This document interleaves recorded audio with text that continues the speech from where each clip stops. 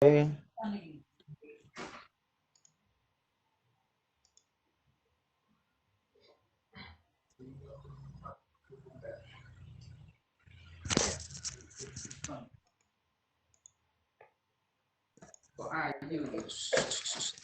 baik Bapak Ibu guru yang berbahagia. Assalamualaikum warahmatullahi wabarakatuh. Hari ini bertepatan pada hari Senin tanggal 25 Maret tahun 2019 jam 19:26 kita akan menyelenggarakan video conference edisi ketiga Sami Sanov, di mana pada hari ini kita menyelenggarakan pertama kalinya di Sami Sanov yaitu kegiatan bedah buku. Di mana bedah buku yang dilaksanakan pada hari ini adalah membedah buku tentang buku sejarah tentang propaganda. Ini bisa dilihat ya di layar, yaitu Propaganda Romusa, Sandiwara dari Jepang. Ya, buku ini adalah sebuah buku yang ditulis oleh adik kelas saya, juga penulis muda, yaitu Dio Yulian Sovansya. Di mana buku ini sudah beredar di Gramedia. Bapak Ibu nanti kalau ingin tanya beli di mana dan sebagainya nanti bisa ditanyakan dengan Pak Dio-nya langsung. Nah, pada kesempatan kali ini saya akan membacakan terlebih dahulu kurikulum vitae atau biodata dari Pak Dio.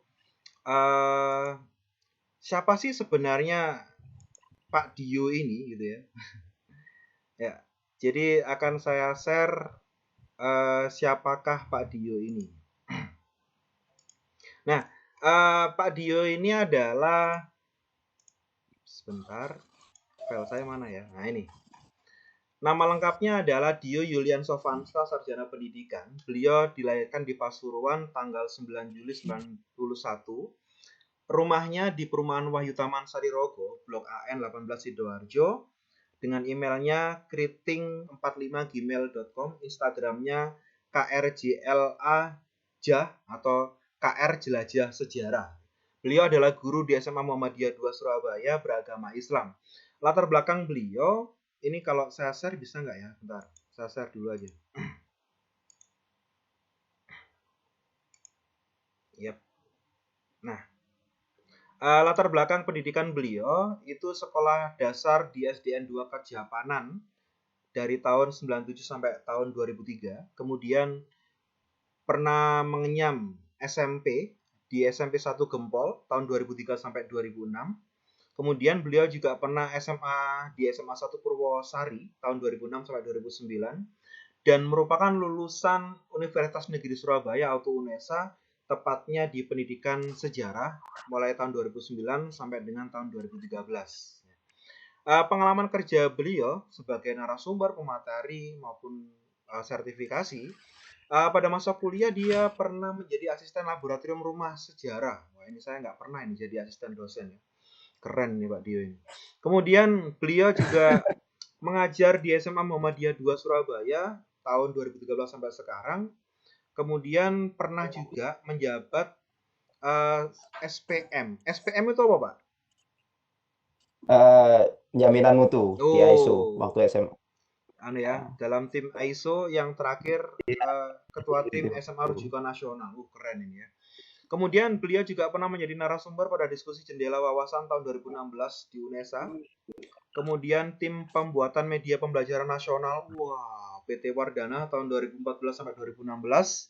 Juri lomba fotografi sejarah. Wah, ini berarti nanti akan saya ajak ini Pak menjadi juri fotografi lomba fotografi aksi ya. Nanti insya Allah Pak sebentar lagi akan ada tawaran dari saya nanti. Narasumber dalam diskusi memori kolektif dan warisan budaya. Wah, narasumber dalam dilematika pemugaran rumah radio Bung Tomo. Wah, ini yang pernah dibahas rame ya, rumahnya Bung Tomo sempat dirobohkan itu ya.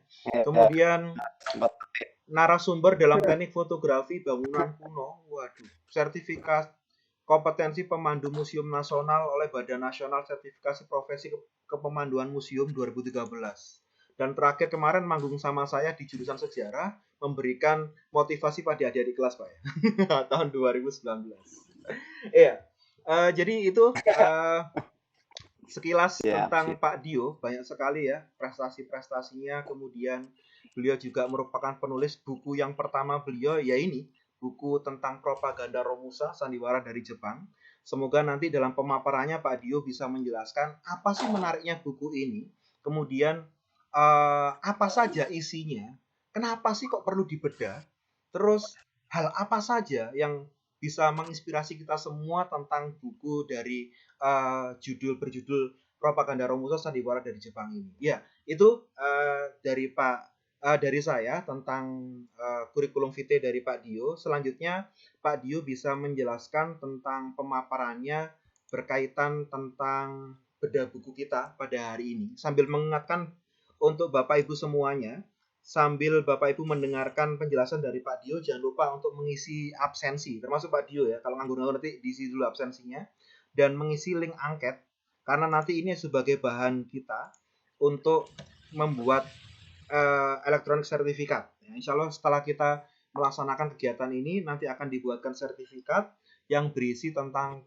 kehadiran Bapak Ibu mengikuti yang namanya seminar online atau video conference tentang bedah buku pada malam hari ini. Baik Pak Dio, silakan dijelaskan apa sih kelebihan, apa sih makna dari buku yang ditulis sama Pak Dio ini. Sambil saya akan jalankan anunya Pak, apa namanya? PPT-nya. PowerPoint-nya ya. Iya, monggo Pak Dio. Silakan buat Pak Dio. Oke. Saya mulai ya. Iya, silakan Pak. Oke. Terima kasih Pak Aris.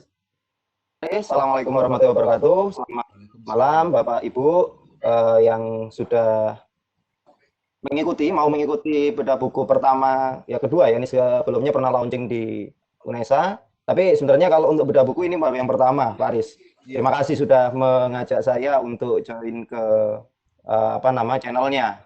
Jadi begini, ini buku pertama saya jujur memang yang berakar dari skripsi, lalu saya bukukan. Sebelumnya saya kasih pengantar dulu saja. Next, Pak Aris. Mengapa menulis terkait masa pendudukan Jepang? Nah, dulu sebenarnya saya sedikit dilema dalam pembuatan skripsi yang menjadi tugas akhir dari mahasiswa S1 ya. Begitu hebohnya ketika angkatan 2009 di UNESA itu bingung ingin menulis tentang apa. Banyak yang menulis tentang bersumber tentang Belanda, tapi juga bingung dengan arsipnya. Nah, saya ini mencari sesuatu yang sedikit berbeda. Nah, saya mau mengambil skripsi atau tulisan terkait masa pendudukan satu hal. Saya sedikit kesulitan dalam bahasa Belanda karena dulu teknologi terkait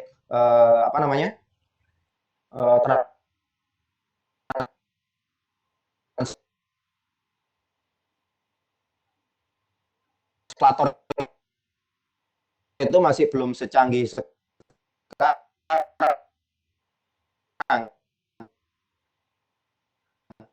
Sehingga saya mencari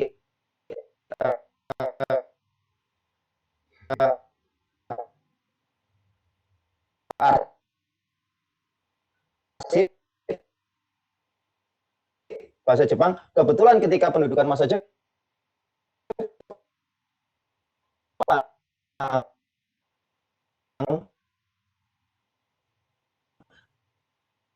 sinyalnya Pak Dio agak berantakan. Iya. Arsip yang di Indonesia itu. Yang menarik dari pendudukan Jepang di seluruh tanah yang diduduki oleh Jepang, mereka selalu menggunakan metode propaganda. Jepang memposisikan diri sebagai saudara tua di seluruh tanah yang didudukinya pada saat itu, dan mereka lebih banyak memposisikan diri sebagai penyelamat bangsa Asia, yang notabene pada saat itu hampir keseluruhan bangsa Asia itu dijajah oleh penjajah Eropa. Jepang sendiri turun dalam kancah Perang Dunia Kedua dan melawan sekutu saat itu. Berbagai macam propaganda yang sangat mereka galakkan untuk menarik simpati masyarakat Asia, tujuannya supaya masyarakat Asia mau membantu Jepang untuk memerangi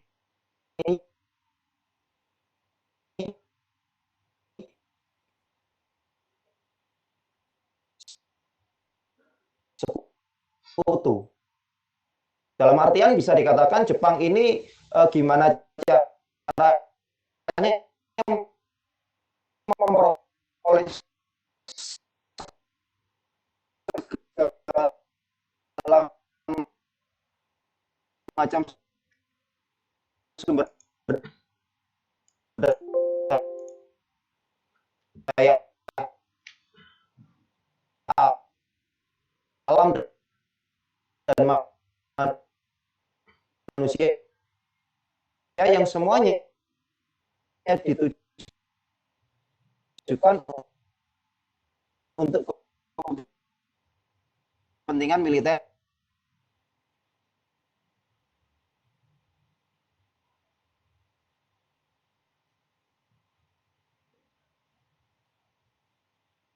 Iya Pak. Kayaknya kendala sinyal ya, nggak apa-apa. Next slide-nya. Oke. Oke. Di slide selanjutnya ini coba Bapak Ibu bisa mengamati gambar yang ada di samping ini. Coba diamati dulu. Nah, kira-kira dari majalah Jawa Baru yang terbit sekitar tahun pada masa pendudukan Jepang, muncul ada sisipan propaganda nggak di situ? Bisa diamati. Nah, di majalah Jawa Baru tersebut ada seorang penari wanita yang menggunakan pakaian adat penari yang khas Nusantara, lalu dia juga membawa panah, dan di situ juga ada bendera Jepang, bendera Inomaru. Dan kalau kita amati, di pojok kanan atas itu terdapat tulisan tari untuk meruntuhkan sekutu ya itu ya. Saya agak kurang jelas di sini. Tari untuk meruntuhkan Amerika dan Inggris. Ini terbit tahun 2603 atau kalau dalam tahun Masehi kita itu tahun Jepang, itu tahun 1943. Nah, dari sini saja Jepang sudah sangat ketara sekali, sangat terlihat sekali terkait propagandanya. Jadi Jepang itu seperti menggabungkan budaya Jepang dengan budaya tanah dudukannya dan digunakan untuk mengajak mereka untuk meruntuhkan Amerika dan Inggris. Bung Karno sendiri juga pernah mengatakan sebuah pidatonya yang sangat sangat propagandis sekali. Amerika kita setrika, Inggris kita linggis. Itu ada videonya itu, video propagandanya ada. Nah, kalau misalkan dilihat dari sini, begitu kuat sekali propaganda yang ada di Nusantara, di Indonesia, ketika pada masa pendudukan Jepang. Ini hanya berupa foto. Diberi tulisan seperti itu, tentunya orang-orang yang ada di Nusantara, yang mungkin tidak tahu apa tujuan Jepang sebenarnya, pasti akan mau saja untuk mengikuti propaganda Jepang tersebut. Terlebih, Jepang itu juga orang Asia yang bisa mengusir Belanda dari Nusantara, dari Indonesia. Yang selama ini Indonesia tidak bisa mengusir Belanda secara keseluruhan dari bumi pertiwinya. Seperti itu. Itu untuk pengantarnya. Next, Pak Aris. Oke.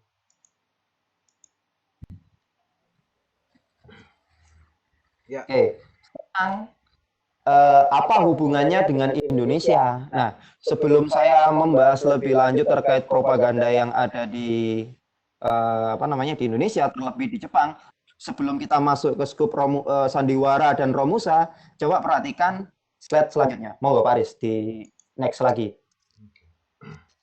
Nah, ini saya ambil dari Google. Ini gambar ini merupakan gambar yang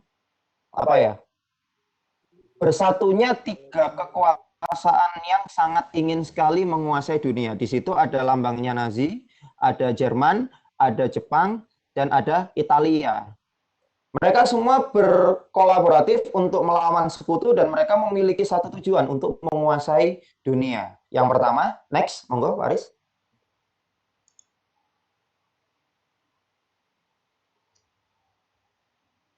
Nah, ini ada Jerman Lebensraum.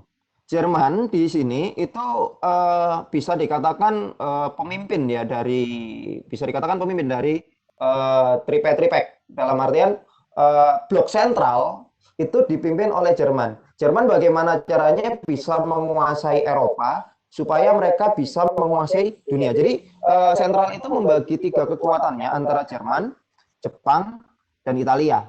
Nah, Jerman sendiri memiliki tugas supaya bisa menguasai seluruh tanah Eropa. Next.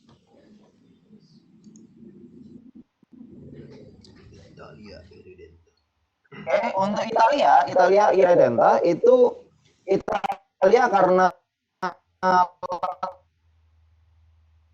letaknya itu sangat strategis, berada di sekitaran ada di Laut Tengah. Bagaimana caranya Italia itu bisa menguasai seluruh perdagangan yang ada di Laut Tengah, sehingga perdagangan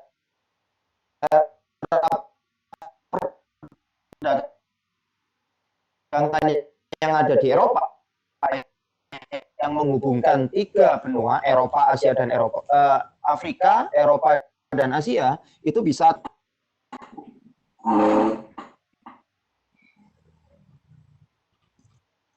monggo di next. Oke. Sedangkan Jepang sendiri itu bagaimana caranya Jepang itu bisa menguasai wilayah Asia plus wilayah Australia. Termasuk kalau kita lihat dari peta ini, Jepang Asia Pasifik, Indonesia merupakan salah satu daerah yang wajib dikuasai oleh Jepang.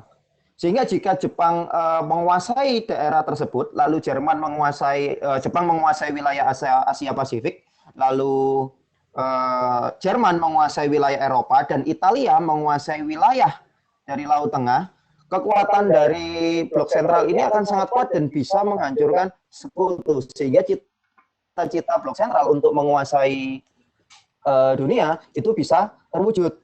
Nah, ini sebagai pengantar dari buku saya atau latar belakang mengapa Jepang itu sampai datang ke Indonesia setelah mereka itu menghancurkan pangkalan sekutu yang berada di Pearl Harbor. Jadi kalau Bapak Ibu nonton film tahun berapa itu, film agak lama lah, itu ada film tentang Pearl Harbor, itu memang diangkat dari kisah nyata bagaimana Jepang itu bisa menghancurkan Pearl Harbor dalam hitungan jam. Kemudian setelah menghancurkan Pearl Harbor, Jepang lalu menginvasi daerah-daerah di kawasan Asia Pasifik. Nah, itu sebagai latar belakangnya. Lalu setelah Jepang datang ke wilayah Asia Pasifik, terutama di wilayah Indonesia, ini yang mereka lakukan. Di slide selanjutnya, monggo Pak Aris. Nah, ini ada karikatur yang dibuat oleh Kanzu Tatsusumi yang bersumber dari Jawa Baru. Arsip-arsip yang saya dapatkan ini dulu waktu zaman kuliah, sekitar tahun 2012 itu saya ambil dari NIOT. Di situ di NIOT itu banyak sekali sumber-sumber koran-koran yang dari tahun 1940 sampai Indonesia merdeka. Hanya saja sekarang dari NIOT sendiri sudah menutup halamannya, menutup akses untuk arsip tersebut terkait copyright. Jadi banyak dari orang-orang yang tidak bertanggung jawab mengambil arsip itu tanpa memberikan copyright atau memberikan kalau di buku mungkin memberikan daftar atau keterangan, sehingga banyak sekali dari arsip dari NIOT itu yang dibajak. Nah, karikatur dari Insinyur Soekarno dan Muhammad Hatta ini ditujukan atau dimuat di majalah Jawa Baru. Saat itu majalah Jawa Baru merupakan salah satu majalah yang sangat fenomenal di masa pendudukan Jepang, karena hanya muncul di Jawa dan isinya semuanya tentang kebaikan-kebaikan Jepang semuanya. Salah satunya seperti ini, karikatur Soekarno dan Muhammad Hatta ini membuktikan kalau Jepang ketika datang pertama kali di Nusantara, di Indonesia, itu langsung mengunjungi tokoh-tokoh terkenal. Dan mereka gampangannya itu mengambil hati. Karena mereka tahu Soekarno dan Hatta itu pasangan yang mungkin bisa mengambil hati rakyat Indonesia, sehingga rakyat Indonesia itu mau menuruti apa yang diinginkan Jepang. Sehingga Jepang itu bisa mengeruk sumber daya alam manusia dan sumber daya alam Indonesia secara tidak langsung, dan semuanya ditujukan untuk kepentingan militer Jepang, dalam hal ini untuk menghadapi perang Asia Timur Raya atau perang melawan sekutu. Seperti itu. Nah, untuk selanjutnya monggo bisa di next, Faris. Nah, ini artikel yang muncul di majalah Jawa Baru itu diberi judul mengunjungi orang-orang Indonesia yang terkemuka. Ini sudah jelas propaganda Jepang itu sangat kuat sekali. Kalau kita lihat di slide PowerPoint saya itu,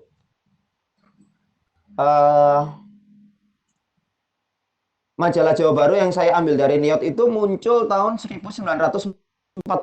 Dalam artian ketika Jepang itu baru beberapa bulan ada di Nusantara, mereka langsung membidik atau menyoroti orang-orang yang sangat berpengaruh di Indonesia saat itu. Bahkan Soekarno memberikan penulis Kanzu ini memberikan statement kesan tentang Soekarno, bagaimana Soekarno itu, bagaimana Soekarno menanggapi terkait kedatangan bangsa Jepang, apakah menerima atau malah melawan. Ternyata tanpa disadari Soekarno itu juga sangat menerima Jepang. Karena satu hal, negara-negara fasis seperti Jerman, Italia, dan Jepang itu tidak segan-segan untuk membunuh bangsa yang didudukinya kalau misalkan mereka tidak mau menuruti keinginan Jepang atau tidak mau mengikuti propaganda Jepang. Di sini peran Soekarno itu kalau bisa saya katakan, bisa dikatakan sebagai penyelamat bangsanya, tapi bisa juga dikatakan sebagai penjual bangsanya. Karena Soekarno juga memerintahkan bangsa Indonesia untuk mengikuti propaganda-propaganda yang ada atau yang diselenggarakan oleh Jepang pada masa itu. Dan Soekarno sendiri tahu kalau misalkan tidak mengikuti propaganda Jepang, Jepang bisa saja membunuh bisa dikatakan membantai habis seluruh bangsa Indonesia seperti yang terjadi di Nanking, Cina pada saat itu. Betapa kejamnya Jepang sehingga Jepang itu sampai berani hampir membunuh semua masyarakat yang ada di situ. Itu yang menyebabkan Soekarno itu gampangannya seperti dilema. Kalau misalkan Soekarno mengikuti keinginan Jepang, tentu rakyatnya akan menderita. Tapi kalau Soekarno itu memerangi Jepang, masyarakat kita tidak memiliki tentara dan masyarakat dari Indonesia sendiri juga pasti akan banyak yang meninggal karena mereka tidak banyak memiliki skill untuk berperang pada masa itu. Mungkin bisa next, Pak Aris. Bentar Pak. Saya mau nge-share dulu absensi dulu, Pak. Oh ya, siap. Ya, soalnya ini banyak yang tanya absensi, saya kan nge-share dua-duanya bingung saya. Mau. Sorry ya Pak Aris ya. Enggak apa-apa, Pak. Oke, lanjut.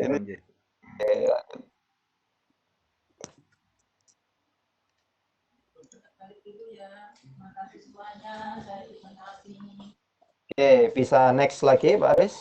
Iya, oke. Oke, siap. Selain mengunjungi Soekarno-Hatta, Jepang juga mengunjungi Mas Mansur dan Ki Hajar Dewantara. Jelas di sini merupakan bentuk propaganda yang lain karena pada saat itu 4 serangkai itu merupakan salah satu ujung tombak dari suara masyarakat, bisa dikatakan seperti itu.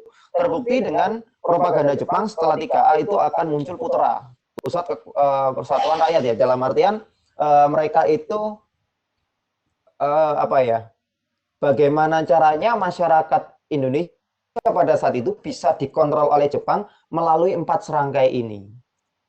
Kembali lagi karena semua itu berupa propaganda, Jepang banyak menggunakan berbagai macam media. Selain mengunjungi orang-orang terkemuka, Jepang juga memberikan selebaran-selebaran yang bisa menguatkan rasa keinginan masyarakat Indonesia untuk berperang melawan sekutu. Terlebih Indonesia pada saat itu juga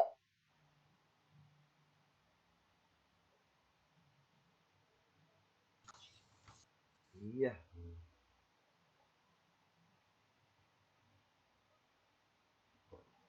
Halo, Pak Dio?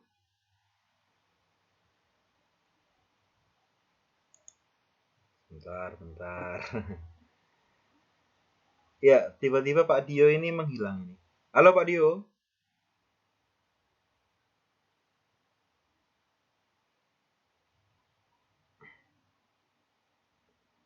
Bentar Bapak Ibu ya, ini tiba-tiba Pak Dionya menghilang dari peredaran. Apakah efek dari sinyal atau bagaimana? Tapi alhamdulillah hari ini kita sudah banyak yang masuk ya. Bapak Ibu silakan yang barusan datang diklik absensinya Bapak Ibu ya. Ini sebagai data Bapak Ibu untuk dibuatkan sertifikat nanti sudah hadir dalam kegiatan kita hari ini yaitu bedah buku. Ya, ini sambil kita ngobrol-ngobrol ada Pak Ardi Kusnadi ini. Assalamualaikum Pak Ardi. Oh Pak Ardi masih aneh. Bu Sri Hidayati.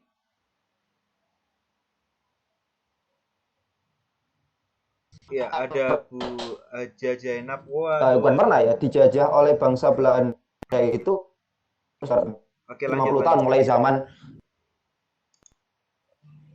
Oke, silakan Pak Dio. Tadi tiba-tiba menghilang soalnya. Saya kan bingung juga nyarinya. Ini. Oh, nggak bisa di next lagi. Oke, lanjut ya. Untuk Ini slide ya. selanjutnya. Oke. Siap. Oke, monggo Pak Dio. Oke, next ini. Jadi ini ada selebaran. Kalau kita lihat dari NIOT, kalau kita lihat dipublikasikan di Jawa Baru, datum itu tanggal ya 15 Maret 1943, dalam artian ketika Jepang masih awal-awal berada di Nusantara di Indonesia, Jepang membagikan selebaran untuk bangsa yang atau negara bukan negara ya, masih untuk bangsa Indonesia, bangsa Nusantara yang masih bisa dikatakan baru saja terlepas dari penjajahan Belanda saat itu, dan Jepang memposisikan diri sebagai penyelamat dan sama-sama orang Asia. Selebaran ini dibagikan secara gratis, ditempel di mana-mana. Di situ dituliskan sekutu harus runtuh. Ini saya pernah lihat juga di film Uruk tahun 90-an itu juga di salah satu rumah pasca Indonesia Merdeka, poster ini masih tertempel di salah satu dinding rumah bagian samping. Nah, ini membuktikan juga kalau Jepang sangat sangat offense sekali, sangat keras sekali bagaimana caranya bisa memanipulasi bangsa Indonesia supaya mau untuk mengikuti Jepang. Padahal itu sebenarnya keuntungannya juga untuk Jepang. Kalau misalkan Jepang menang perang dalam Perang Dunia Kedua, pasti daerah yang dikuasai juga tetap akan dijajah. Tapi janji-janji yang diberikan oleh Jepang, itu bagaimana caranya bangsa Indonesia bisa mengikuti keinginan Jepang tanpa harus mereka tahu keinginan sebenarnya dari Jepang itu seperti apa. Oke. Next, Paris. Oke.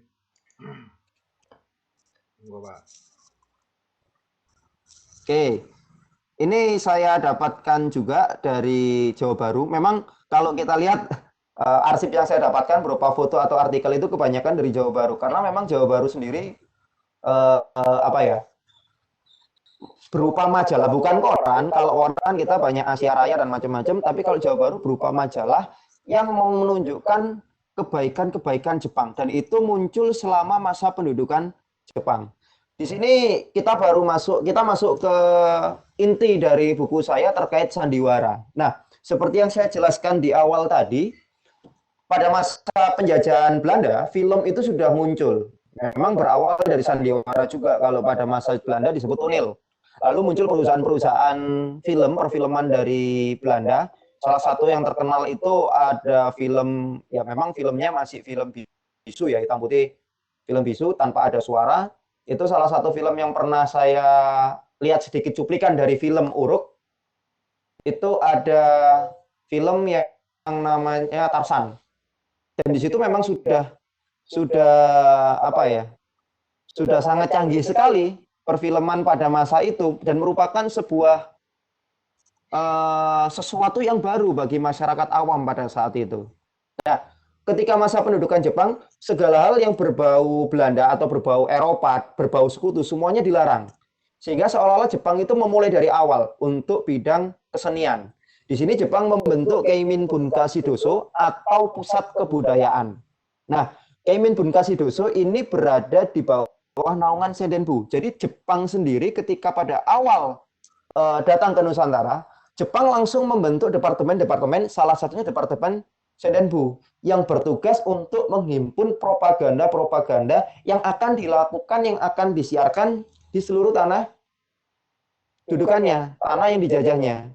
Nah, tugasnya Keimin Bunkasidosho ini apa? Segala bentuk kebudayaan, mulai dari tari, nyanyian, sandiwara, bahkan mungkin film, semuanya harus bernafaskan atau berbau propaganda Jepang. Sehingga segala apa yang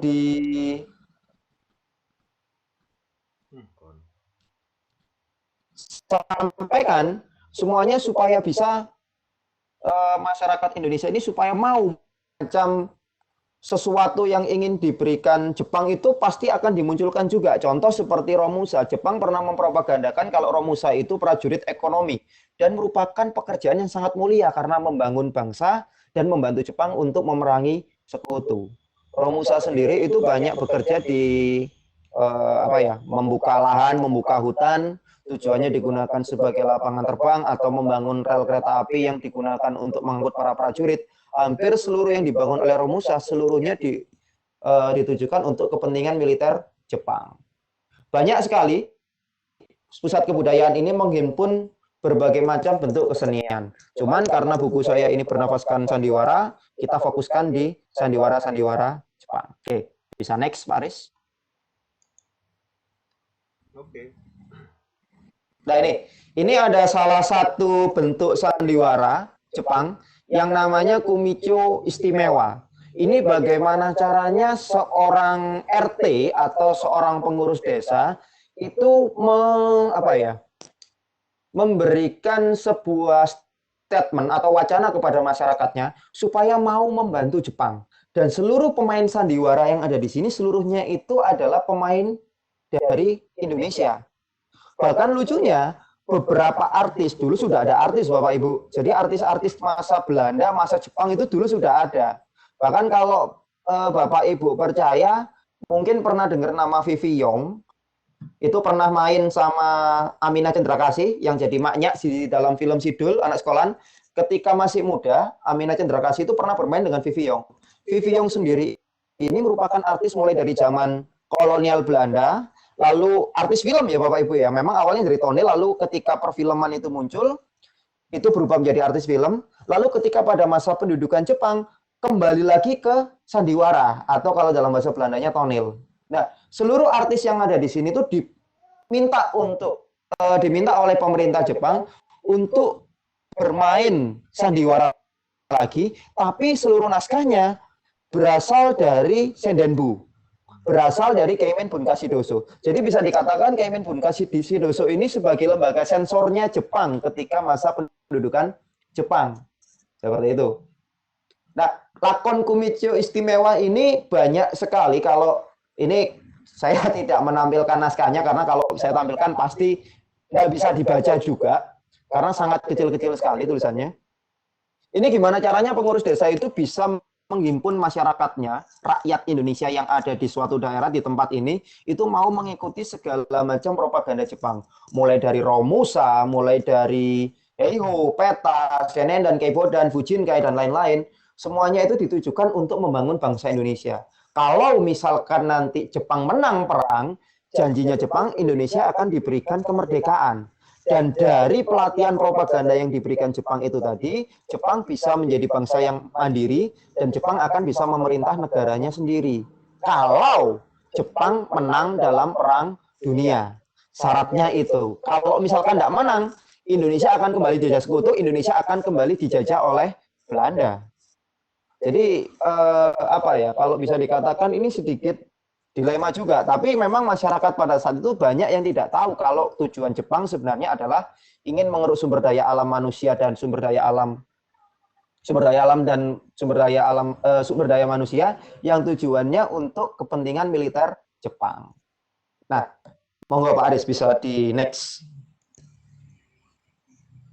Saya kecepatan enggak ya jelasinnya ya? Oh, enggak apa-apa Pak, lanjut aja Pak. Lanjut aja ya. Oke, nanti ada sesi tanya jawab. Oke, ini saya dapatkan sebuah kumpulan lakon sandiwara dan lelucon. Ini dulu saya dapatkan di Jakarta dulu. Di Jakarta itu kalau tidak salah ini di Perpustakaan Nasional. Jadi alhamdulillahnya perpustakaan nasional itu juga meskipun tidak semua ya. Kalau saya bilang arsip yang ada di ANRI dan Arsip Nasional Republik Indonesia ataupun di perpustakaan nasional itu masih kalah lengkap dengan arsip yang dimiliki NIOT yang secara online itu. Tapi hanya saja sayangnya NIOT sudah ditutup oleh pemerintah Belanda terkait copyright issue. Namun alhamdulillah saya bisa mendapatkan kumpulan lakon sandiwara dan lelucon ini. Judulnya Panggung Giat Gembira. Di bawah itu ada tulisannya Jawa Hukukai, Keimin Bunka Sidoso. Jelas kalau misalkan buku ini diterbitkan oleh Keimin Bunka Sidoso. Nah, buku ini merupakan naskah-naskah sandiwara yang terpilih dan lolos seleksi, yang nantinya buku ini akan disebarkan kepada komunitas-komunitas sandiwara yang ada di Nusantara. Tujuannya supaya mereka, komunitas-komunitas sandiwara itu bisa mementaskan sandiwara secara sendiri, tapi harus sesuai dengan naskah Panggung Giat Gembira ini. Jadi secara tidak langsung pemain sandiwara itu kan juga tentunya mereka bermain sandiwara bisa dikatakan pekerjaan juga ya. Jadi mereka itu kalau misalkan ada seperti kayak nanggap wayang lah, kalau misalkan orang ada pernikahan nanggap wayang mereka pasti akan mendapatkan uang atau honor. Sama di masa lalu juga kontennya itu seperti itu, mereka pentas sandiwara mereka akan mendapatkan uang. Nah kalau misalkan mereka ketahuan pentas yang tidak berisikan propaganda Jepang, pasti prajurit atau tentara Kempetai akan siap untuk menangkap mereka. Salah satu contoh ketika Cak Durasim yang ada di Surabaya itu dalam ludruknya, ini bukan sandiwara tapi masih satu nafas ya dengan sandiwara, ludruk di Surabaya. Dalam ludruknya itu Cak Durasim menyisipkan sebuah parian jula-juli yang bunyinya itu kalau nggak salah ya, Pegupon omae doro melok nipon tambah soro. Resikonya apa? Setelah pentas selesai,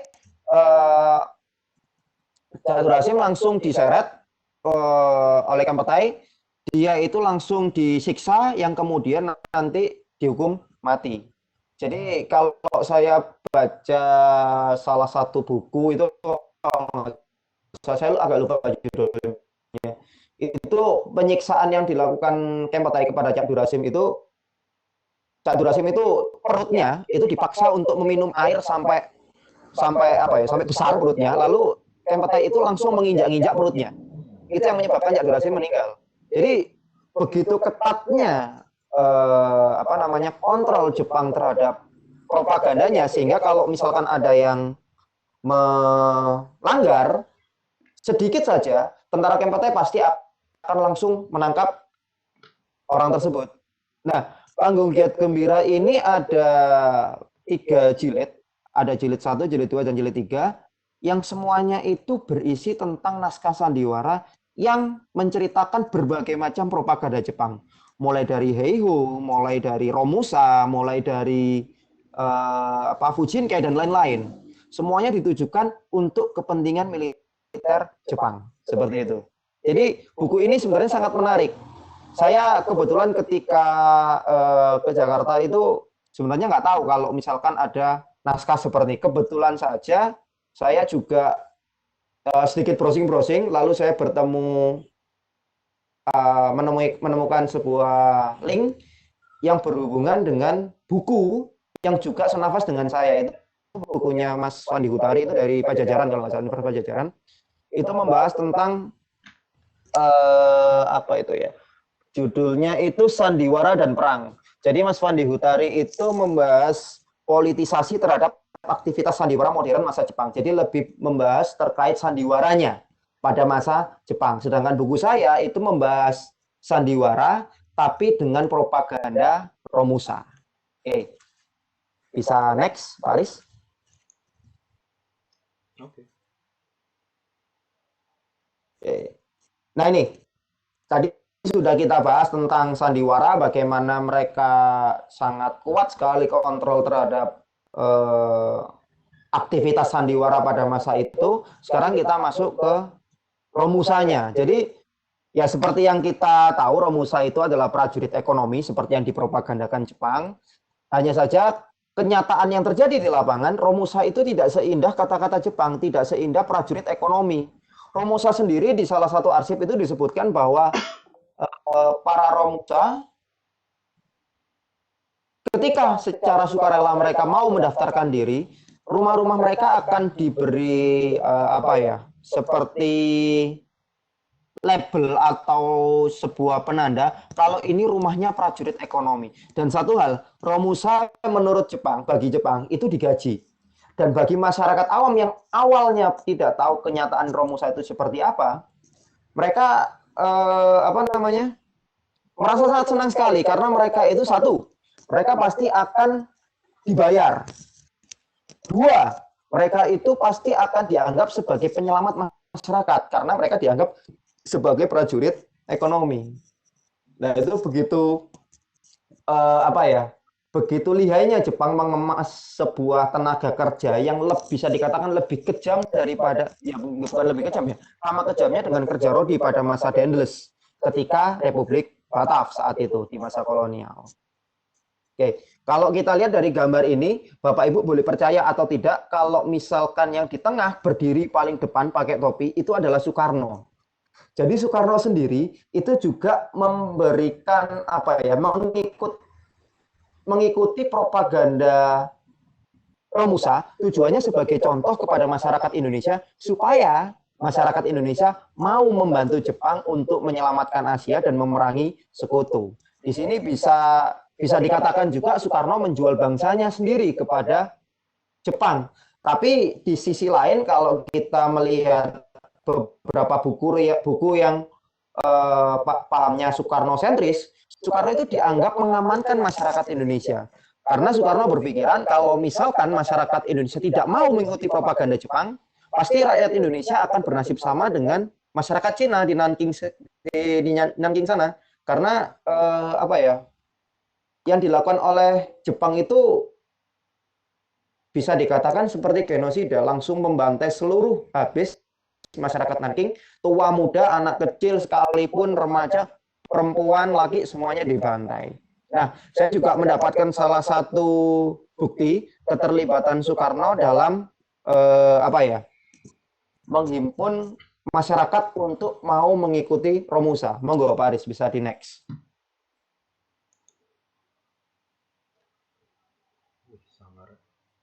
Nah, ini foto yang ada di sini dari Jawa Baru juga, majalah Jawa Baru. Ini memperlihatkan apa ya, sangat dramatis sekali bagaimana Soekarno yang ada di sebelah kanan ya ini ya, yang menggunakan topi bercelana pendek, itu bagaimana hebatnya Soekarno bisa memerintahkan masyarakat Indonesia untuk mau mengikuti Romusa.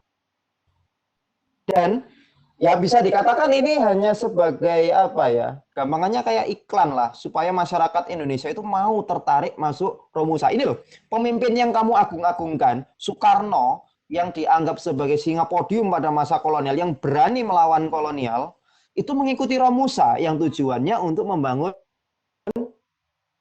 bangsanya. Kalau misalkan nanti Jepang itu memenangkan Perang Dunia Kedua, kamu nanti akan menikmati hasil kerja kamu, hasil keringat kamu. Bahkan Soekarno mengatakan keringat kita akan menjadi racun bagi musuh.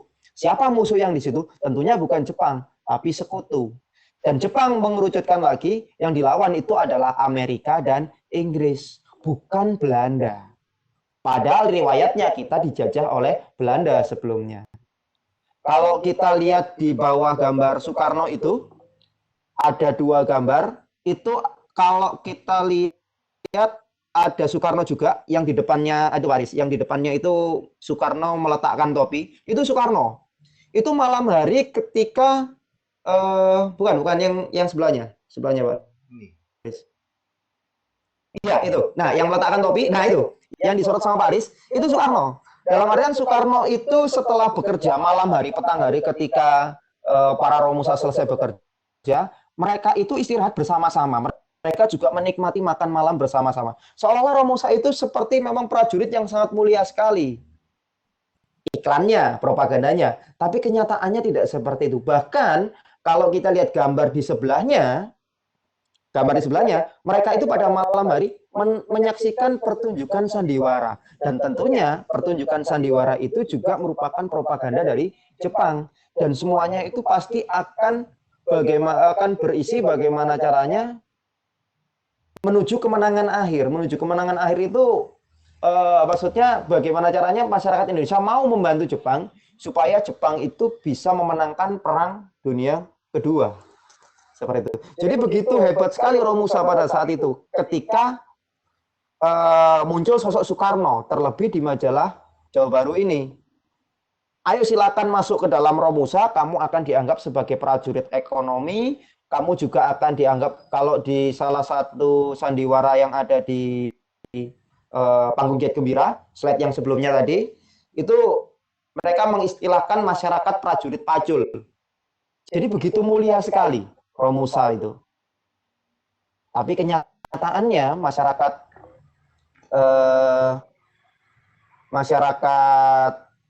Indonesia menemui kenyataan itu tidak seindah yang dijanjikan oleh Jepang. Bahkan ada sebuah statement di salah satu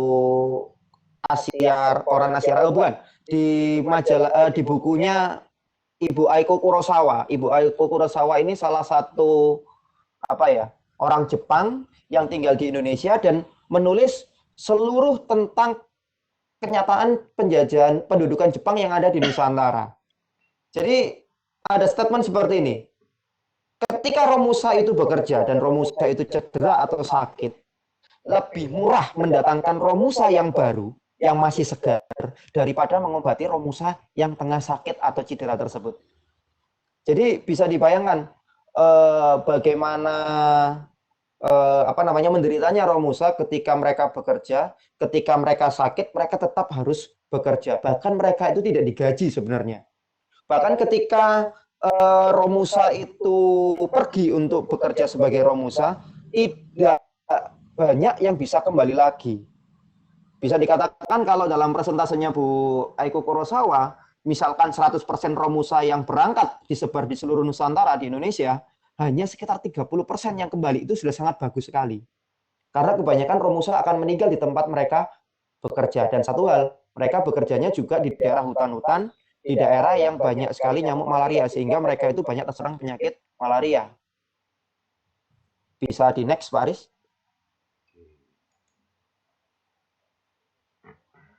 Nah ini salah satu bentuk propaganda juga di majalah Jawa Baru.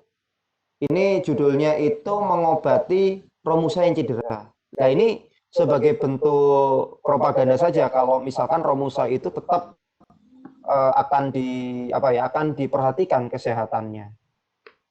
Next lagi Pak Aris.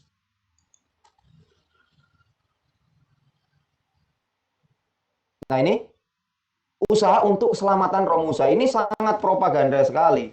Jadi majalah Jawa Baru ini sangat luar biasa sekali untuk mempropagandakan berbagai macam menginfokan berbagai macam propaganda yang dilakukan oleh Jepang. Dan ketika Jepang sudah hengkang dari Indonesia, ini kesempatan bagi kesempatan bagi Belanda untuk unjuk gigi. Coba bisa di next lagi Pak Aris.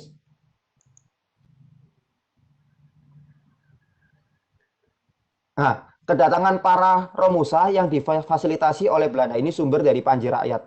Jadi Romusa ketika Jepang itu sudah sudah kalah perang tahun 1945, Indonesia merdeka, banyak Romusa yang tersebar di berbagai pulau yang ada di Nusantara ini.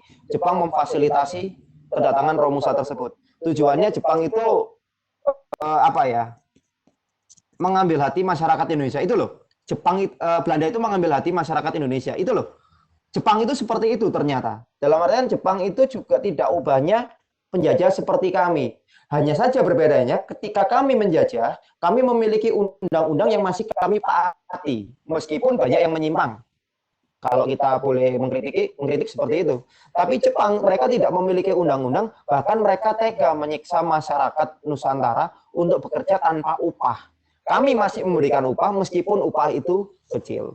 Jadi dalam artian ketika Jepang itu sudah lepas, sudah pergi dari Indonesia, Belanda ini muncul untuk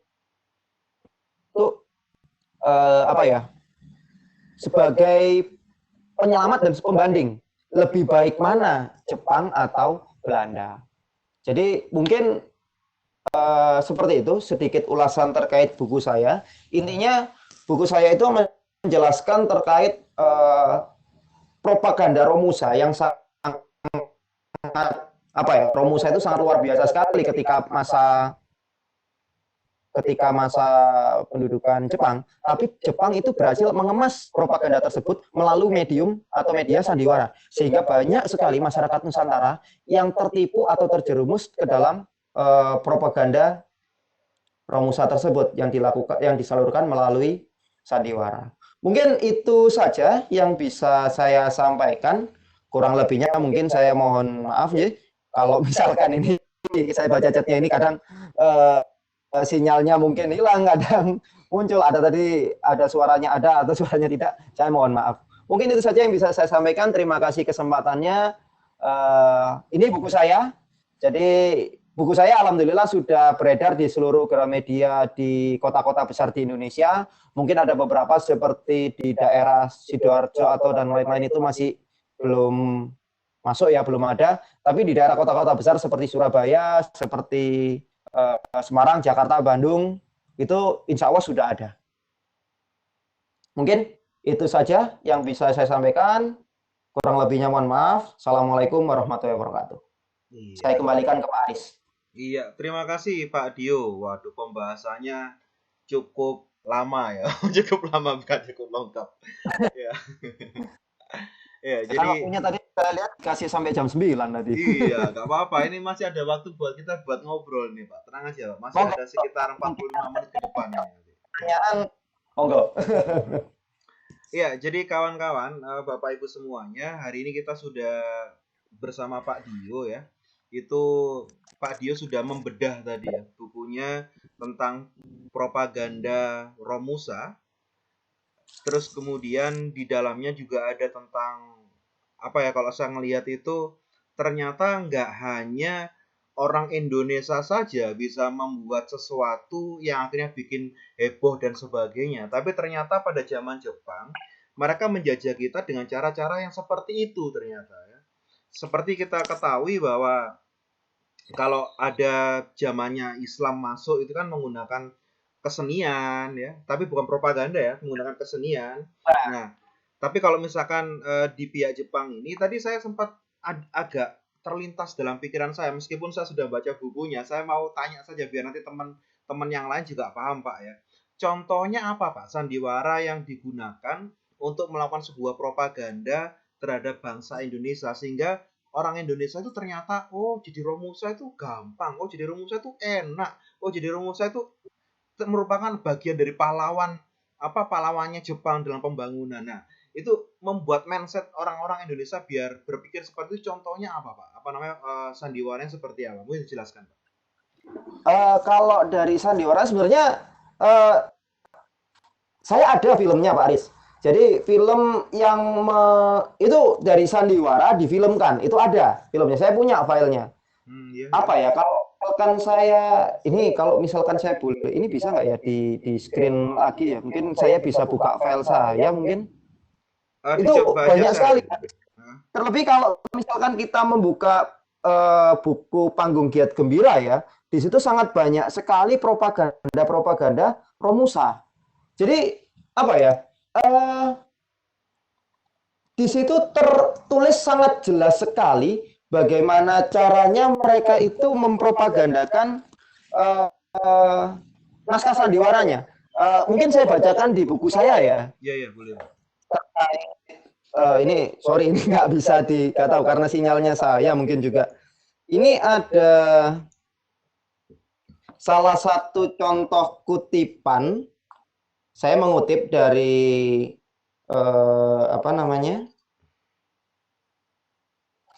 mengutip dari sandiwara Panggung Giat Gembira. Ini dalam naskah sandiwara karya Ananta GS. Ananta GS ini kemungkinan kalau menurut Mas Pandi Hutari, saya pernah diskusi sedikit tentang Mas Pandi Hutari, penulis buku Sandiwara dan Perang, Politisasi Terhadap Aktivitas Sandiwara Modern Masa Jepang. Itu kemungkinan Ananta GS ini nama samaran, nama sebenarnya itu Arimin Mane, salah satu tokoh sastrawan ya salah satu sastrawan terkenal pada masa Belanda sampai masa Jepang bahkan kemerdekaan Indonesia.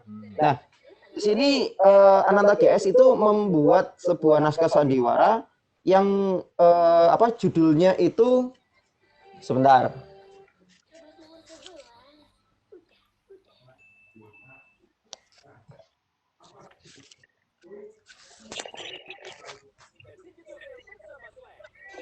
Nah, ada salah satu naskah sandiwara itu yang percakapan antara Pak Krempeng dengan Pak Gendut. Pak Krempeng ini mengatakan gini, karena Pak Gendut menyodorkan sebuah sebuah belangko isian, Pak Krempeng mengatakan, diisi buat apa? Buat masuk menjadi Romusa sukarela. Hari ini aku bekerja sukarela untuk mencari teman menjadikan Romusa sukarela. Catatan ini kalau sudah 30 orang aku serahkan ke kantor Badan Pembantu Prajurit Pekerja. Dalam hal ini bisa dikatakan Pak Gendut ini termakan propaganda Jepang sehingga Pak Gendut itu mau menjadi Romusa dan bahkan Pak Gendut ini mau menjadi koordinator untuk mencari untuk mencari Romusa yang lain supaya mereka itu lebih banyak Romusa yang ikut di suatu desa tersebut. Ada juga naskah sandiwara yang ini cukup panjang ini. Ini dari Kumicho Istimewa. Sebentar. Ini ada Pak Gendut, Bang Jangkung Kumicho. Ini agak panjang ini kalau misalkan kalau saya bacakan. Mungkin saya bacakan aja yang Pak Gendut sama Bang Jangkung. Pak Gendut mengatakan, terima kasih nasihatnya Pak Kumicho. Dengan siapa kemari? Pak Gendut menoleh ke belakang. Pak Kumicho bertemu pandang dengan Bang Jangkung. Dengan suara keras, tahu Kung. Jadi Bang Gendut ini kaget kalau di belakangnya Pak Kumicho itu ada Bang Jangkung. Bang Jangkung mengatakan, ya Ndut. Nah, Kumicho mengatakan, nah sudah, aku datang kemari perlu bertemu dengan engkau sekali lagi Pak Gendut. Begini, apa jadinya kau ini? Disuruh datang segera tidak datang. Habis keperluan baru datang. Salahmu sendiri kalau hari ini tangan hampa. Tidak dapat berkat kenduri. Tidak diberi karcis untuk membeli bakal baju. Tidak diberi karcis untuk membeli kain. Orang yang suka tiduran seperti kau ini yang rugi bukan orang lain tapi dirimu sendiri. Coba kau lihat tadi. Kelurahan Tuan San Coba kau lihat tadi di kelurahan, Tuan Sancho telah menyampaikan pujian kepada kaum pekerja. Kaum pekerja yang dimaksud di sini itu adalah kaum Romusa. Penduduk desa di sini yang sudah bekerja dan giat dan bersemangat untuk membantu pemerintah guna mencapai kemenangan akhir dalam peperangan sekarang ini. Jadi para pekerja itu digunakan untuk membantu pemerintah untuk mencapai kemenangan akhir dalam perang suci. Perang suci yang dimaksud itu adalah Perang Dunia Kedua. Di sini Jepang itu memposisikan sebagai fasilitator supaya masyarakat Indonesia yang mungkin tidak memiliki pengalaman berperang itu bisa terwadai, salah satunya dengan menggunakan Romusa. Jadi ya mereka tetap menggunakan Soekarno sebagai ujung tombak untuk bisa menghimpun para Romusa ini mau bekerja untuk Jepang. Mungkin seperti itu salah satu contohnya Pak Aris. Oke. Ya, makasih Mas Dio. Ini ada pertanyaan dari beberapa orang di kolom chat ini dari Pak Mas Hudi 26.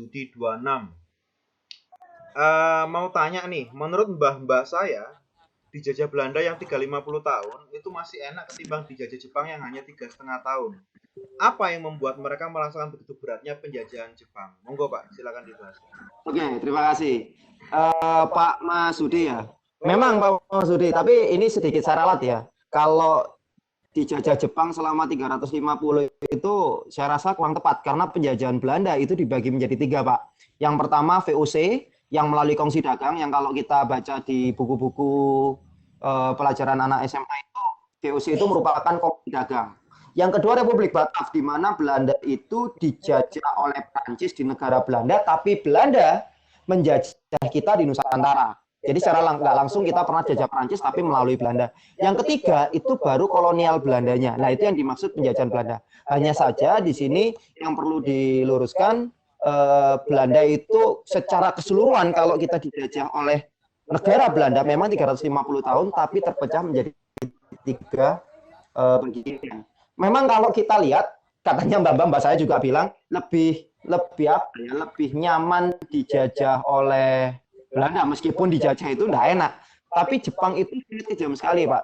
Seperti yang saya katakan tadi, segala tindak tanduk, segala bentuk sikap dan apa yang kita sampaikan itu dikontrol sekali oleh Jepang. Dan kalau misalkan itu sudah out dari apa yang disampaikan Jepang, akan datang silaturahmi ke rumah kita, nangkap kita, nyeret kita, nyiksa kita.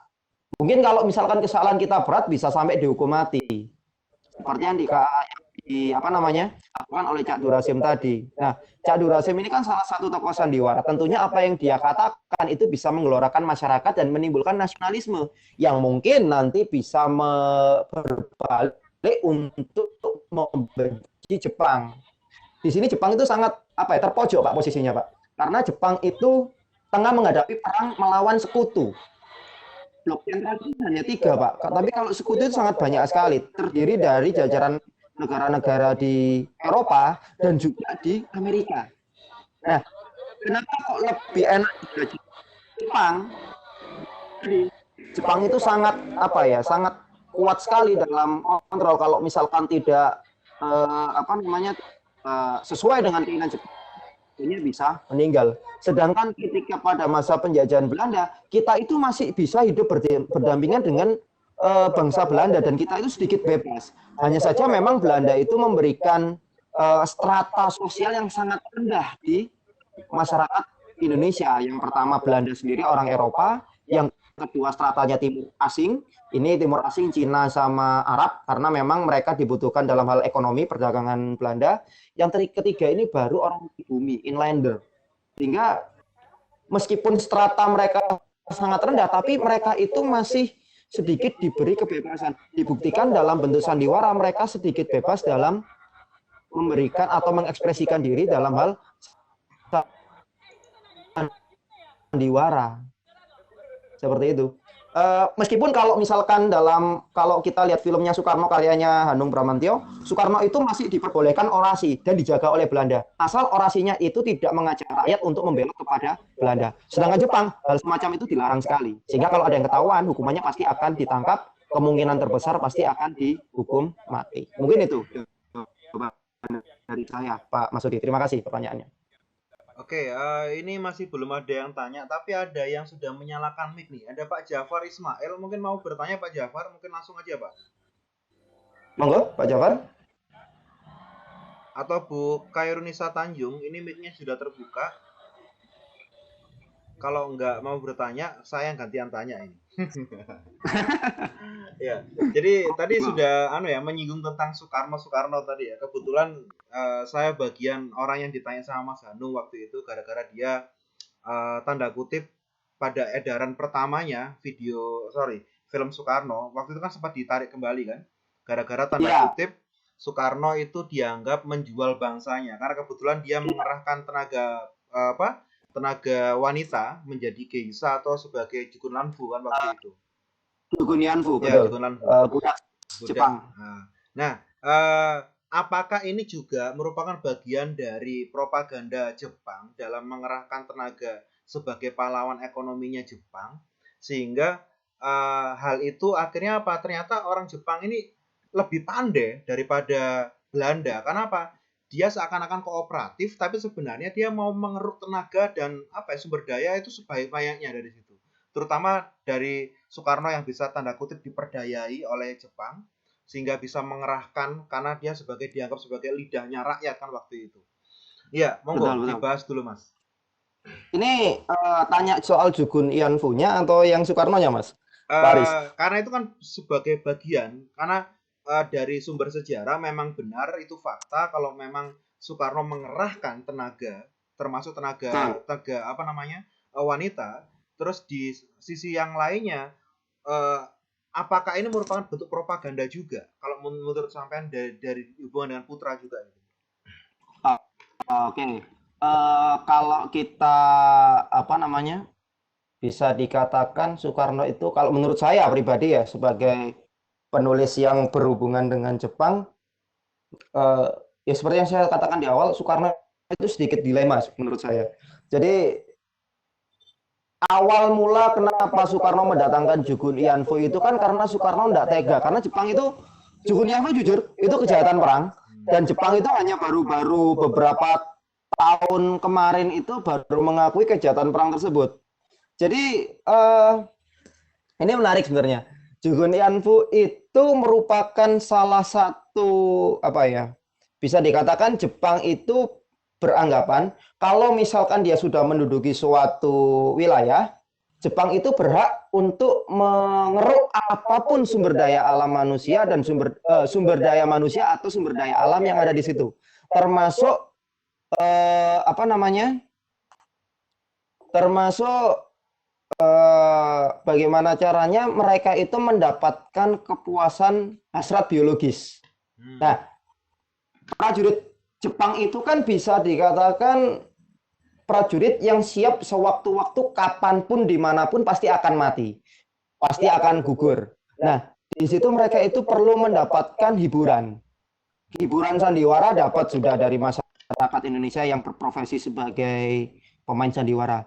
Hiburan dari hasrat biologisnya itu belum. Jadi Jepang itu mengambil, menculik, bahkan ada beberapa yang menipu. Kalau menurut saya itu bukan propaganda, Pak Aris. Itu merupakan kejahatan perang. Jadi beberapa dari perempuan-perempuan yang umurnya belasan sampai 20-an ke atas, sampai 30 lah, itu kalau di bukunya Bu Aiko, saya juga pernah membaca, saya punya satu buku yang berbicara terkait Jugun Ianfu. Ini ditulis oleh apa ini?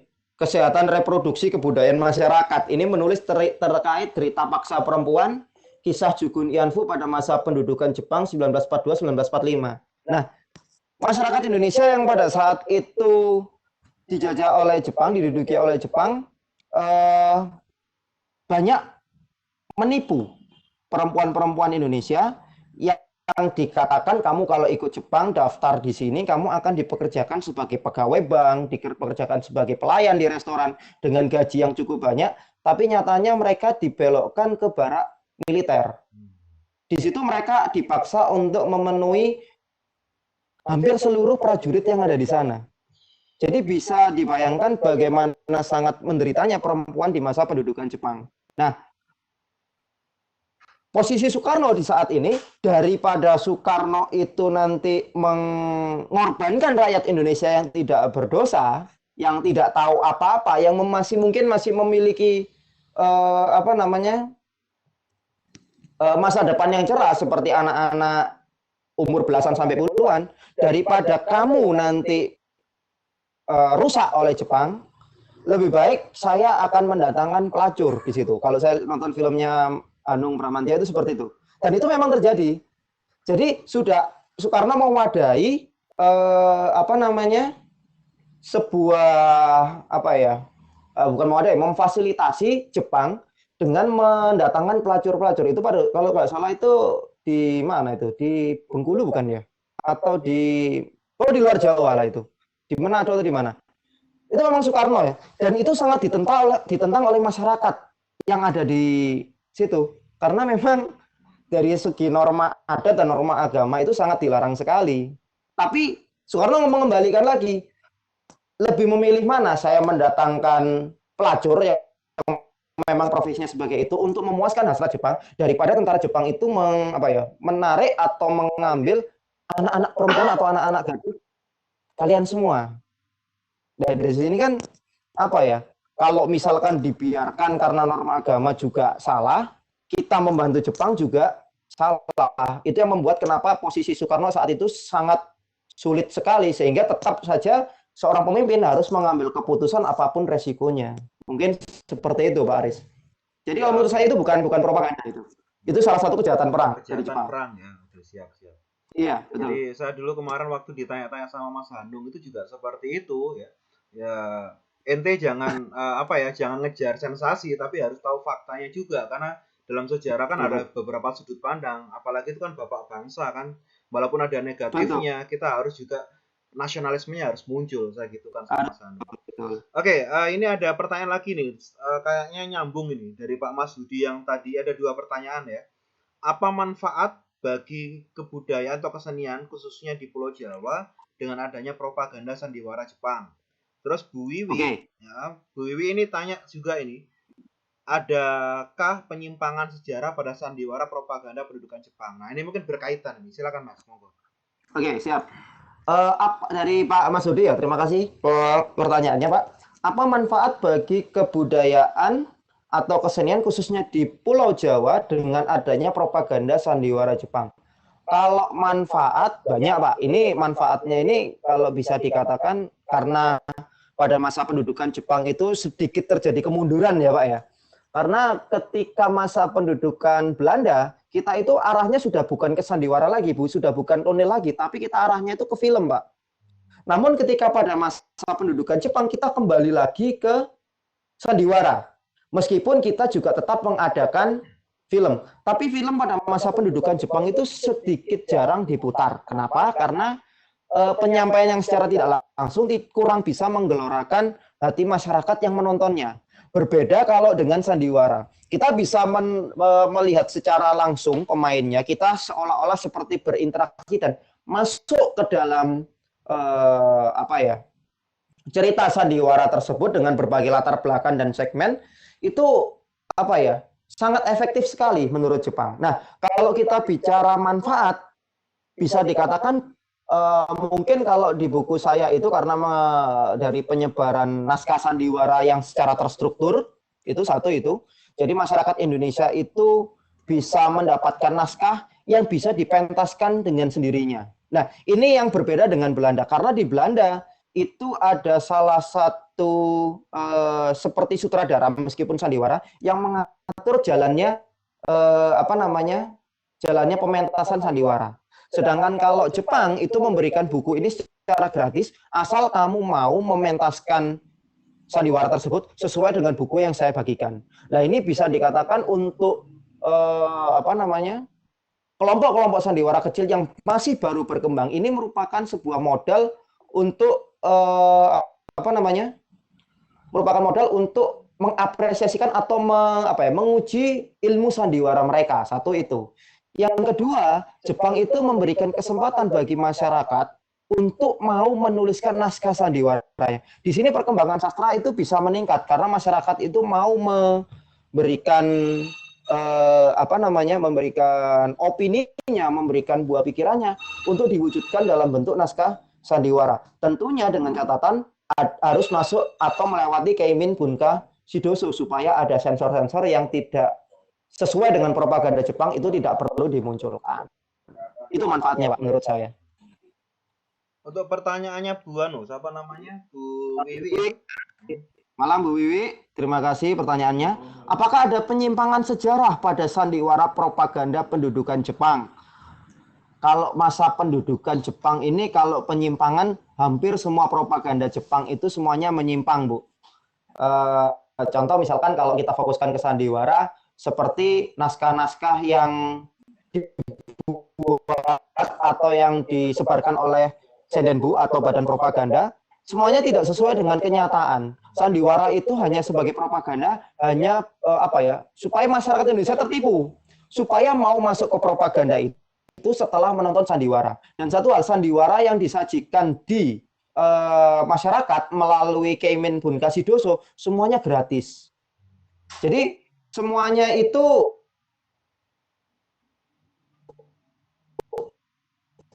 Halo. Wah,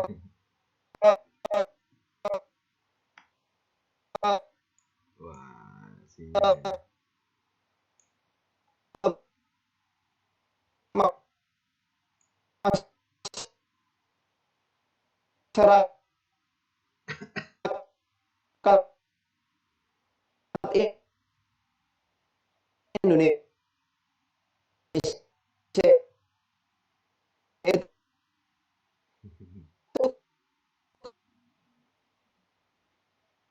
kalau ada lakon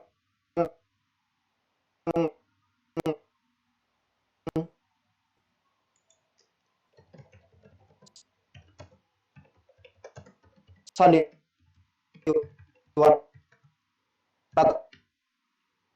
tengah pentas.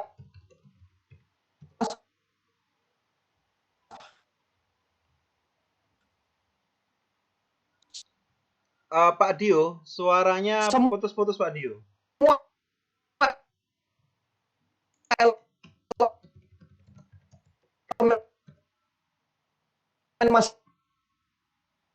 masyarakat Oke, ini kayaknya ada gangguan. Pak, boleh tadi suaranya putus-putus Pak Dio.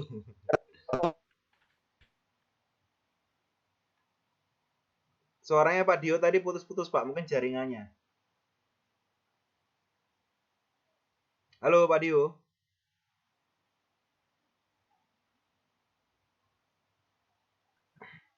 Halo?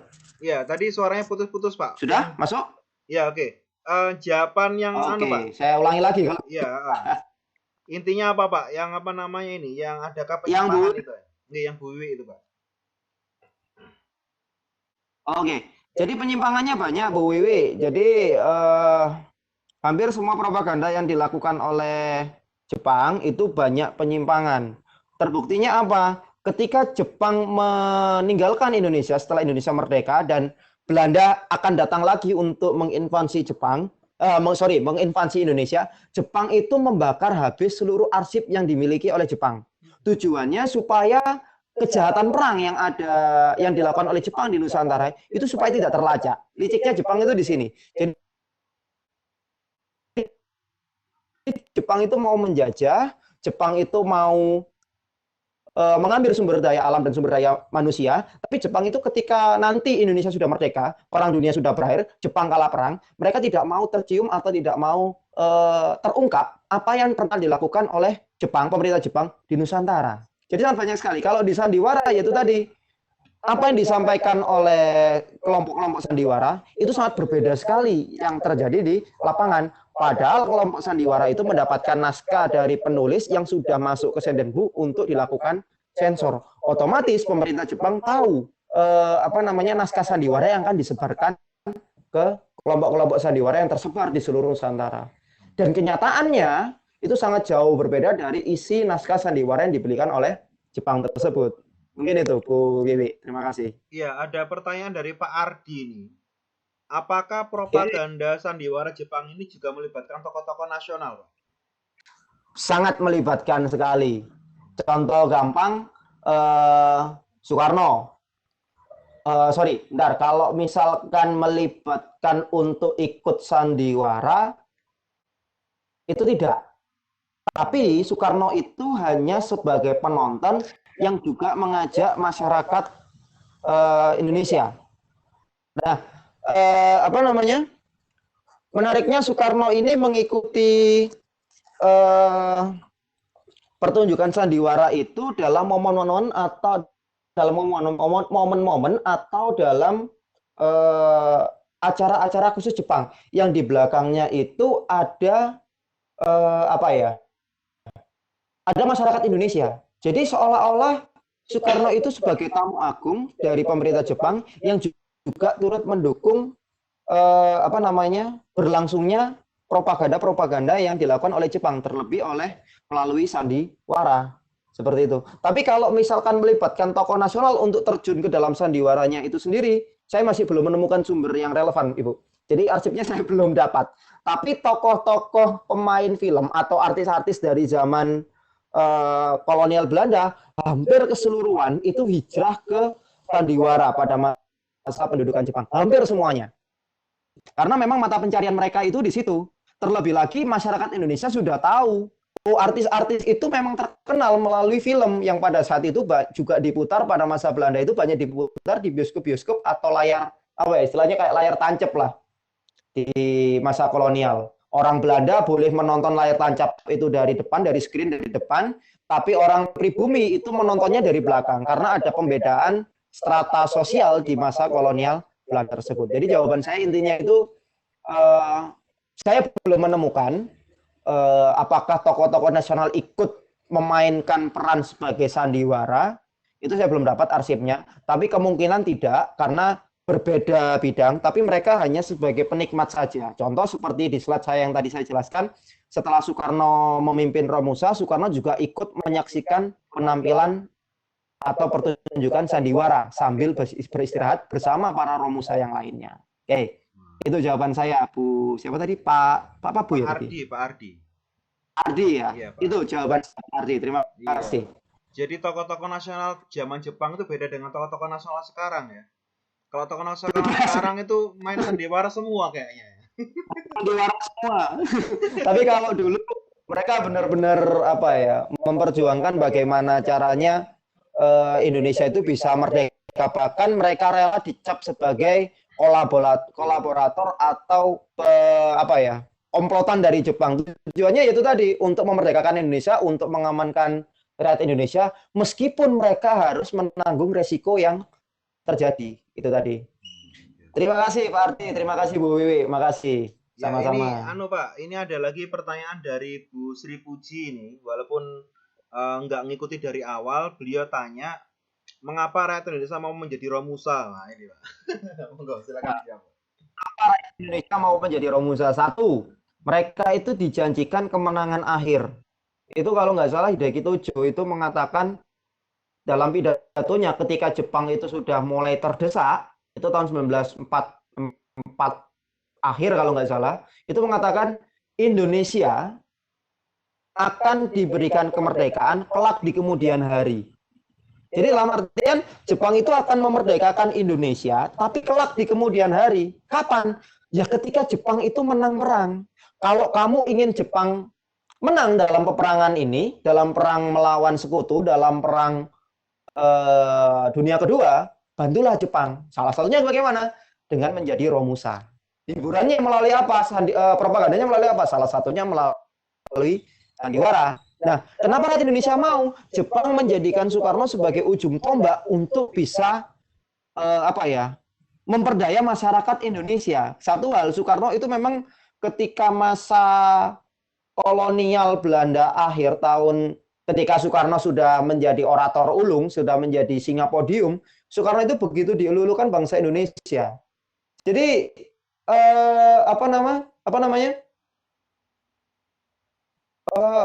strategi Jepang itu mendekati tokoh-tokoh utama di awal slide yang tadi itu sangat berhasil sekali, dan bisa dikatakan sedikit banyak Soekarno juga termakan propaganda Jepang.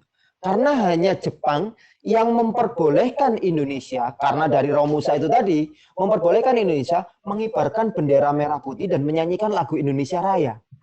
Karena mereka, bangsa Indonesia mau membantu Jepang dalam hal Romusa. Itu saya lihat dari filmnya Hanung Bramantyo tentang Soekarno itu, dan itu memang arsipnya ada. Setelah rakyat Indonesia itu mau menjadi Romusa dan ada hasil dari Romusa tersebut, ada dampak bagi Jepang, memberikan sebuah penghargaan kepada Indonesia. Silakan mengibarkan bendera merah putih dan menyanyikan lagu Indonesia. Itu yang tidak pernah diberikan pemerintah kolonial Belanda kepada Indonesia, tapi Jepang memberikan hal tersebut, sehingga masyarakat Indonesia itu seperti terhipnotis, sehingga mereka mau menjadi Romusa pada masa itu. Itu jawaban saya, Bu Sri. Terima kasih. Iya. Ini masih ada waktu sekitar 10 menit lagi. Boleh nggak ya, Pak? Oh, ini ada yang mau tanya. Iya, Bu. Siapa, Bu? Monggo. Iya. Masih saya, Pak Puji, Pak. Oh, Bu Puji. Iya, Puji, monggo, Bu. Iya, boleh nggak? Boleh, Bu. Ya, karena kalau ketik bingung ngetik apa gitu. Iya, kan kalau ngomong mungkin tahu maksudnya. Begini, tadi kan dikatakan bahwa rakyat Indonesia itu mau jadi Romusa karena memang dijanjikan di akhir itu ada kemenangan gitu ya, Pak ya? Iya, betul. Salah satunya itu. Salah satunya itu. Nah, terus bagaimana reaksi para Romusa itu ketika lama, dalam artian kemenangan itu tidak segera diwujudkan gitu. Maksudnya kan apakah mereka juga ada rasa berontak, protes atau bagaimana? Ada Ibu. Maaf, ya maaf. Ya, karena saya bukan guru itu ya Pak, jadi nggak ngerti gitu. Oke, nggak apa-apa. Ada Ibu, pemberontakan itu di seluruh Indonesia ada. Salah satunya yang terbesar itu yang di Blitar itu ya Bu ya. Di Blitar itu oleh Supriyadi, mereka tidak tahan oleh peta itu Bu, tapi Bu, bukan oleh sandiwara. Kalau sandiwara mah, kalau berontak mereka nggak bisa pegang senjata ya mereka ditembak mati sudah. Mereka tinggal lari. Tapi kalau di Blitar oleh Supriyadi itu mereka memberontak karena tidak tahan melihat kekejaman bangsa Jepang yang tidak pernah dilakukan oleh Belanda. Jepang itu seolah-olah menganggap masyarakat Indonesia itu apa ya? Kamu harus mau membantu Jepang, kalau nggak mau akan saya bunuh. Udah gitu aja, selesai. Kamu membantu Jepang, tidak sesuai dengan Jepang, kamu akan saya bunuh. Udah seperti itu, dan itu benar-benar dilakukan. Jepang itu sangat tega sekali terhadap tanah yang dijajahnya. Bahkan kalau misalkan seperti di di filmnya Pak Mas Hanung Bramantyo itu juga mereka itu diminta untuk sekirei. Sekirei itu menghadap ke arah matahari terbit. Mereka diminta untuk menunduk 90 derajat. Itu masyarakat Islam, orang-orang Islam, pondok atau orang-orang yang apa ya, ustadz-ustadz itu diminta seperti itu. Gerakannya sama seperti ruku, tapi apa namanya, mereka menghadap ke Matahari. arah yang salah, seperti itu.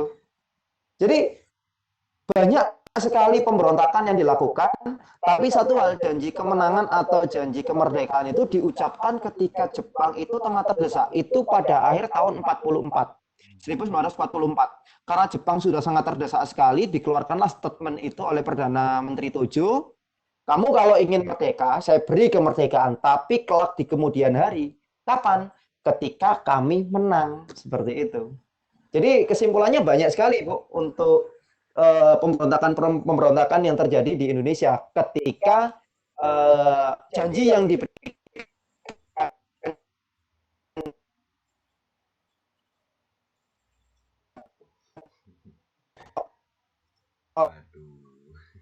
oleh Jepang tidak sesuai. Soekarno dan Hatta itu berkolaborasi atau bekerja sama dengan Jepang karena memang apa namanya, ya dari segi ideologi dan pengetahuan Sarel lebih condong ke liberal, ke barat. Sedangkan Soekarno, Hatta itu masih liberal kalau menurut saya. Hanya saja nasionalisnya itu juga cukup tinggi. Tapi kalau misalkan apa namanya, kalau misalkan Soekarno itu sangat nasionalis sekali dan sangat membenci liberalisme. Seperti itu. Jadi banyak sekali Ibu untuk pemberontakan-pemberontakan yang terjadi pada masa Jepang. Oke. Terima kasih Pak. Oke, sama-sama Ibu. Iya, terima kasih Bu Sri Puji. Ini tadi ada penyampaian dari Pak Ardi nih. Keren nih pembahasannya, nambah banyak ilmu yang tersembunyi. Ya moga-moga nggak sembunyi terus ya. Oke, ini ada dari Bu Janatun Muyasiro.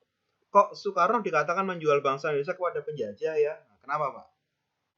Oke, kenapa Soekarno dikatakan menjual bangsa Indonesia kepada penjajah? Kurang lengkap Bu. Ini seharusnya penjajah Jepang atau pemerintah Jepang, jangan disebut penjajah saja karena penjajah itu banyak, nanti dikira Belanda.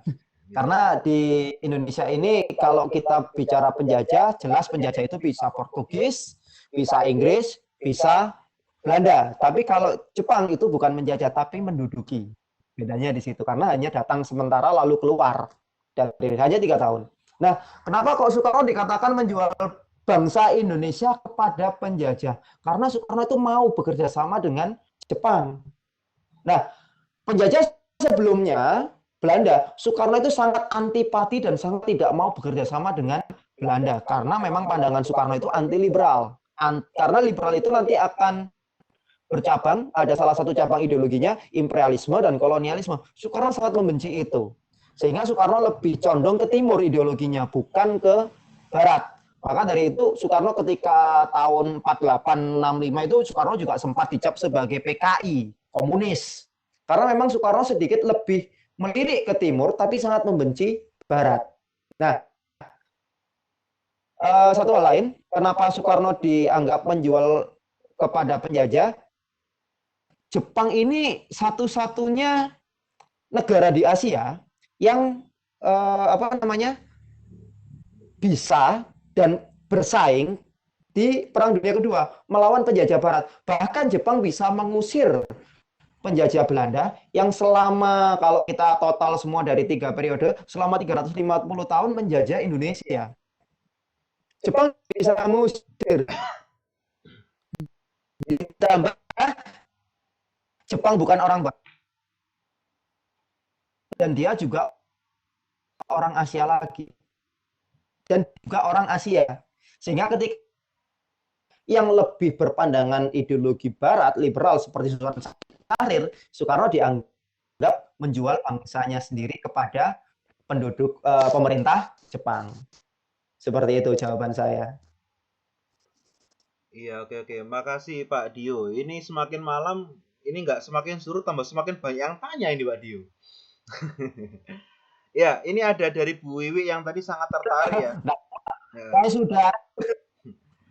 Pak Dio, saya mau beli bukunya nih. Gimana caranya Pak Dio? Nah, Pak Dio mungkin bisa nanti chat dengan Bu Wiwi ya. Mungkin nomor teleponnya biar nanti dapat bukunya Pak Dio yang seperti yang saya dapat ini Bu. Ada tanda tangannya Pak Dio langsung ini Bu. Ini saya ketikkan nomor handphone saya ya. Ini ada WA-nya juga. 085 853 770 470. 085 853 770 470. Ini WA. Kalau Instagram saya juga ada Instagram, Bu. Ini ada KR Jelajah Sejarah. Di Instagram itu saya lebih banyak memulas terkait bangunan cagar budaya. Monggo nanti bisa dilirik. Ini untuk Instagram. Ya, buat Bu Wiwi nanti kalau mau pesan-pesan langsung ke Pak Dio nggih. Insya Allah kalau dari Pak Dio harganya rada miring, Bu. Nanti saya bonusin stiker sama kartu nama, Bu. Ya, insya Allah. Ini ada pertanyaan terakhir katanya Pak Ardi ngomong terakhir ini. Gimana posisi Pak Hatta di masa itu pada saat sandiwara Swandaria ini kan sedang terjadi? Apakah hanya termasuk penikmat seperti Bung Karno atau bahkan sebagai penulis sandiwara? Ya, monggo Pak. Silakan. Kalau Bung Hatta ini saya juga gampangannya gini Pak Ardi.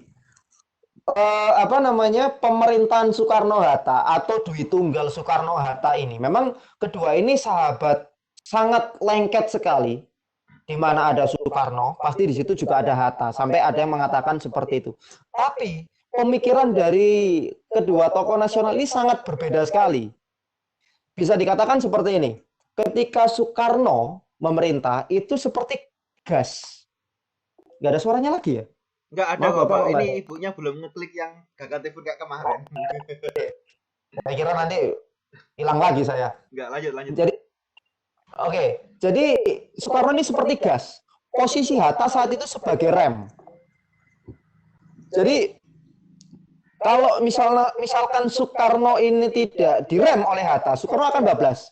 Dan dia itu seolah-olah apa yang dia inginkan itu harus terlaksana. Bisa dikatakan seperti itu. Ini saya dapat dari kuliah ilmu politik dulu waktu kuliah.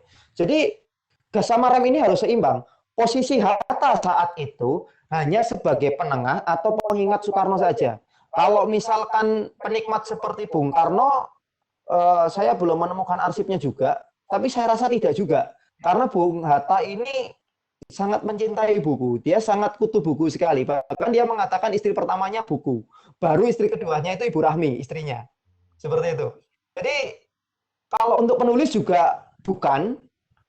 Penikmat ini ya mungkin ya ada beberapa dari pertunjukan sandiwara itu yang juga dinikmati oleh Bung Hatta ketika Putra berdiri, ketika Empat Serangkai berdiri. Pasti itu akan pasti itu akan dipertunjukkan sebagai bentuk hiburan bagi para putra dan para pendukung putra, karena putra dulu itu juga bentuk propaganda Jepang di bidang sosial politik seperti itu. Jadi kesimpulannya kalau penulis jelas enggak menurut saya. Sedangkan untuk penikmat ya bisa iya seperti Soekarno. Iya, tiba-tiba langsung mati nih Pak Dio ini. Oke, itu ya Pak Ardi ya jawabannya. ada satu pertanyaan terakhir nih, tapi Pak Dio kayaknya hilang ini. Halo Pak Dio, masihkah engkau ada di sana? Ya, ini sinyalnya Pak Dio menghilang. Ini ada pertanyaan dari Bu Zainab ya. Kira-kira adakah hal positif yang diperoleh bangsa Indonesia dari penjajahan Jepang waktu itu dan masa setelah penjajahan Jepang? Apa hal positifnya? Wah, ini nanti Pak Dio biar jawab nih. Tapi sambil nunggu Pak Dio lagi sinyalnya lagi nggak bersahabat ini. Ya, Pak Dio, ini ada pertanyaan dari Bu Zainab, Pak Dio. Siap. Ya, itu. Adakah hal positif itu, Pak, yang diperoleh bangsa Indonesia dari penjajahan Jepang? Suara saya masuk ya ini ya? Nah, ini masuk, tadi menghilang, Pak. Nggak apa-apa, tadi sudah paham. Oke. Kira-kira adakah hal positif yang diperoleh bangsa Indonesia dari penjajah Jepang dan waktu itu dan masa setelah penjajahan Jepang? Bagus Ibu pertanyaannya ini pertanyaan yang saya suka. Jujur, kalau saya boleh ngomong elek Bu ya, boleh ngomong jelek, Jepang itu salah satu penjajah yang sangat bodoh dalam menjajah Indonesia.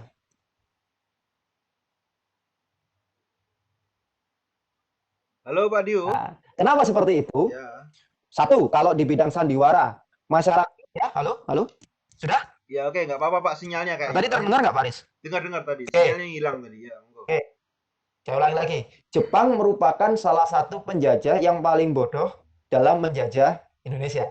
Kenapa seperti itu? Satu, dalam hal sandiwara, kalau di buku saya, distribusi sandiwara secara bebas. Hanya saja ketika pementasan harus dijaga atau harus sesuai dengan naskah yang dibuat atau didistribusikan oleh Jepang. Satu itu. Sehingga masyarakat Indonesia mereka bisa belajar secara otodidak terkait pementasan sandiwara.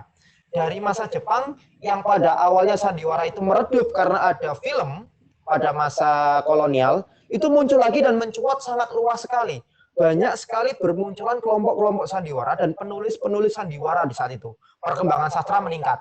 Yang saya katakan bodoh dari pendudukan Jepang, negara jajahannya itu diajari militer. Gatot Mangunprojo itu salah satu orang yang menggagas peta. Sehingga embrio dari TNI itu terbentuk dari peta, Bu Zainab. Jadi TNI kita itu berawal dari pendidikan militer yang dibentuk oleh Jepang. Nah, itu betapa bodohnya Jepang. Negara jajahannya kok diurui, kok diajari militer. Sehingga kalau misalkan mereka itu berontak, Jepang juga akan terkena imbasnya. Contoh seperti pemberontakan yang terjadi di Blitar. Hanya saja pemberontakan itu kalau saya pernah baca di majalah Historia, Soekarno itu tahu terkait pemberontakan tersebut. Supriyadi itu juga sudah mengatakan kepada Soekarno, kalau kita akan memberontak, apakah Bung Karno mendukung? Ternyata Bung Karno tidak mendukung. Kenapa? Karena Bung Karno tidak ingin ada pertumpahan darah dari tentara peta. Karena itu nanti akan membangkitkan masyarakat juga akan ikut berontak sehingga kematian mereka itu akan sia-sia.